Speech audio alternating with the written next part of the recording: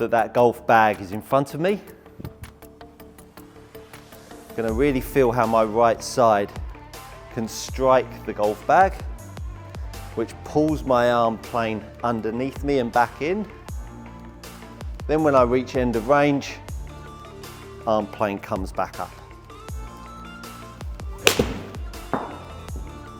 And that really gives me, this is part 4 of a 4-part series on how to build a golf swing in a little over 40 minutes. Now, if you're a seasoned golfer or a complete beginner, there's going to be something in here for all of you. Today we're talking about the follow through. Now, a lot of you will think, well, the follow through, Stuart, the golf ball has already gone by then. But often when I'm working with clients, I can actually adapt impact and even top of the backswing by working on follow through. The follow through can often give you great insight into how the club is being delivered, what's going on through strike, and therefore the result, the sum of the parts, the result of the through swing, as I say, can indicate much of what's gone on before. Let's talk about follow through. The follow through is often seen as an afterthought, as I say, but we always see golfers so often hitting shots and they're kind of falling over. I think the biggest one that you see more than anything else is the one that I've just demonstrated there, and that's falling onto the toes of the feet. Understanding that this golf club statically is really quite light, but when that golf club gets swinging, it's trying to pull itself away from us. And when we're not ready for that, it's the equivalent to someone coming up and pushing us from behind or in front of us, and we're not ready for that force. All of a sudden, we've switched our feet off, and as that golf club has swung through here, it's kind of pulled itself forwards, and as I say, we're caught off balance.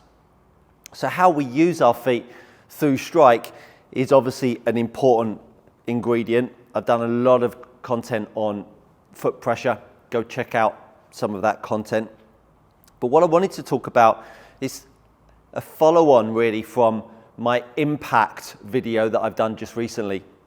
There are 4 videos in this series. This is part 4. The first one was building a backswing. Second one was building a downswing, building your impact, and now today building your follow through. The right side of the body is really going to give you the mobility and the speed through strike. But the right side can only operate in a through swing if the left side is doing the right thing. Again, I talked about that in my impact video. But today, a lovely little drill for you that's going to give you the sensation of how the right side should work.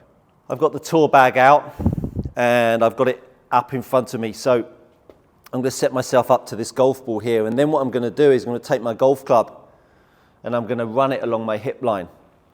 And when I do that, what I'm looking to feel is how the right side of my body can strike the bag. Now, depending on the length of the golf club, you might need to stand a little bit closer or a little bit further away. In fact, let's stay in the same spot. So I've set up with my 7-iron, and now I've pulled my driver out and I've popped it along my hip line. Now what I'm going to do is I'm going to start to feel how my right side is going to strike the golf bag. But what I want to feel is how that pressure that I've been using on my toe to heel of my left foot, my lead foot, has opened my hip up. But what I want to feel is how my right side is going to accelerate forwards. So often, golfers have seen lateral shift as a real drive and a bump of the hips sideways. What I really want to encourage you to think about is the fact that at the top, and going back to my downswing video, when we talk about pulling on the golf club, because of how much pull you have, it would be impossible for you to actually push your hip back. The pull phase and the push back with the left leg is really keeping you very centered. But when we come to impact and beyond, we're really wanting to feel how this right side can keep moving forwards as this left hip moves back and around. So as the left hip's moving back and around, my right side can now move forwards. Now, depending on how much you want to feel this, if I now shuffle backwards and I put the golf ball in line with my left toe, I can then really feel how my left hip's going to work back. You can see how my right side, my right shoulder and my right hip moves forwards. Now, for all of you out there that are part of the garbage crew, that think about keeping the right shoulder back, think about dropping the golf club in and swinging out to the right, this is really not going to match up with your beliefs. So you might want to go check out someone else's videos. Just joking, stay with me.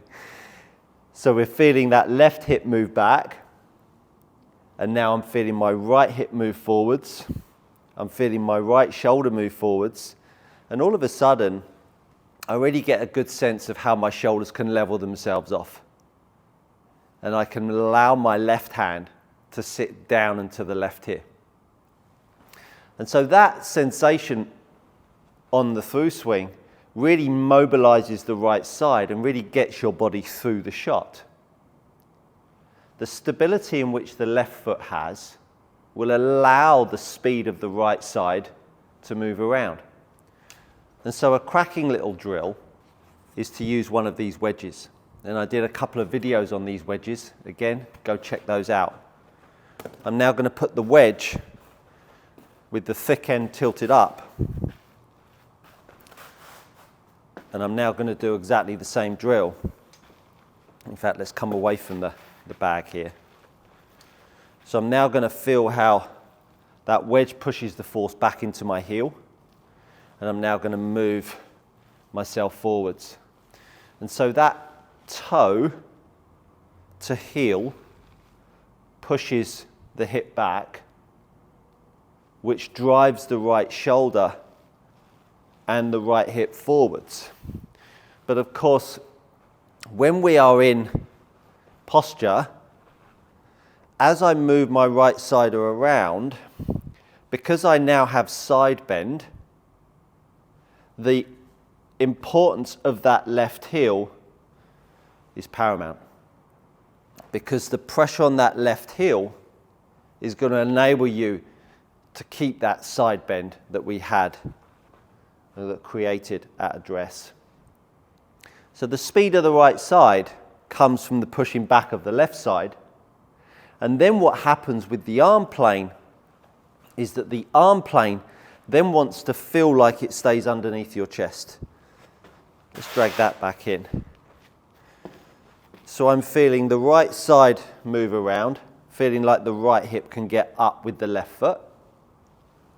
I feel the pressure going into the left heel. And then what you'll feel is when you reach your sticking point here, when you don't have any more range of motion around to the left, that's when you start to see the arm plane lift back up and finish back behind your neck. For so many that have got the old Tommy Fleetwood umbrella finish nonsense. And again, just to quantify that, it's great for Tommy Fleetwood.